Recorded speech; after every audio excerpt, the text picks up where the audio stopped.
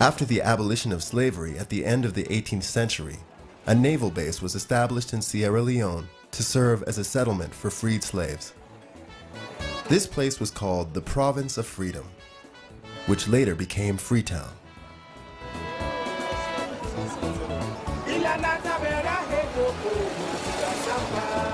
By 1855, over 50,000 freed slaves had been settled there, and whose descendants became known as Creoles. They developed a specific culture and architecture. In Freetown, you see many good examples of Creole houses made of wood. Most date from the late 19th century.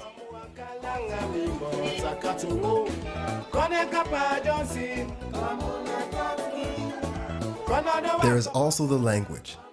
Most of the people in Sierra Leone speak Creole, a form of English evolved out of a mix of languages from the various settlers and traders.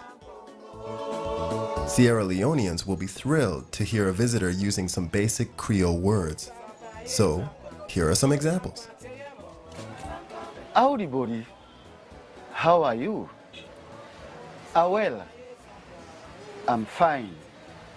Come make you can enjoy yourself a little bit na saloon. Come and enjoy yourself a little bit in Sierra Leone. Part of Sierra Leone's cultural and historic heritage is the Maroon Church, named after one of the original groups of settlers.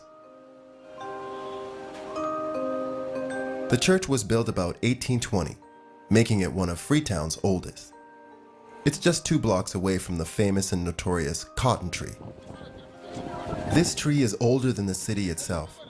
Slaves were once sold here, and under its huge branches, the Nova Scotian settlers sang hymns in praise for their safe passage. Today, the cotton tree marks the entrance of the busy downtown. The National Railway Museum, another important historical place. The museum pays tribute to the country's long-gone railway, which once stretched more than 400 kilometers nationwide.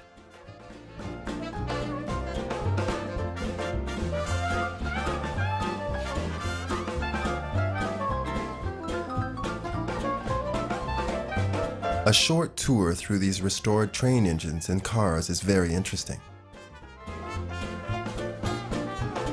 Among the most shining examples is the British governor's personal coach, built in 1930.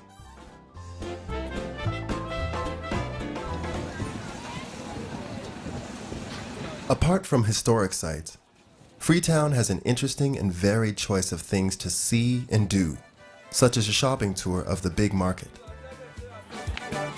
When you enter the place, you will be surrounded by a wide range of traditional products, arts and crafts such as basket weaving, wood carvings, palm furniture, and rustic pottery. Come inside and have a look. Come inside, come have a look.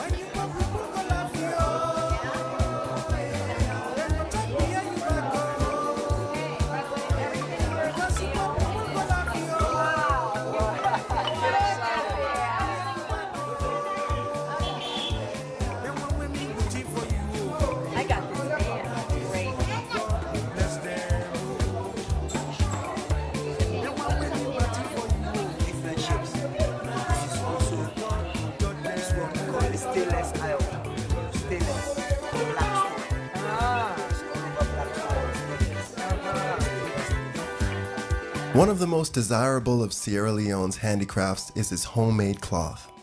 Sierra Leone is known for its fabrics, especially country cloth and gara.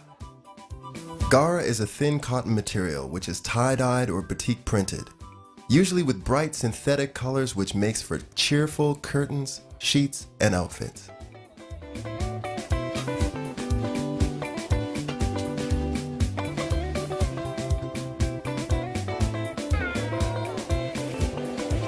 Woven on wooden looms in the hinterland, country cloth is a coarse material made from wild cotton into narrow strips that are joined to make blankets, hammocks, and clothing.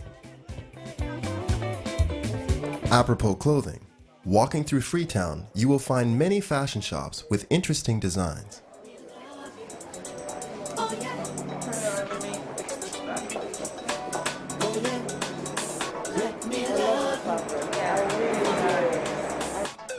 The fashion design industry in Sierra Leone is quite strong and well developed. Take the chance and have a look at the creative work of young designers who clothe the Sierra Leoneans in a very fashionable way.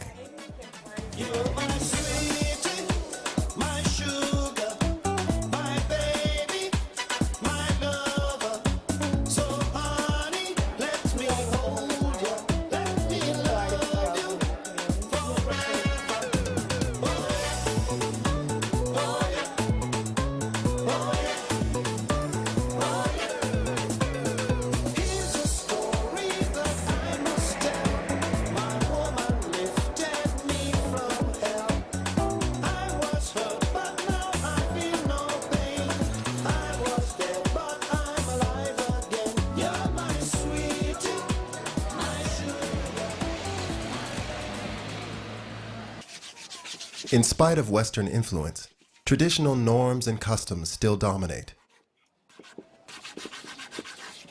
A large proportion of the population still observe their traditional beliefs and cultural practices, with masks playing an important part.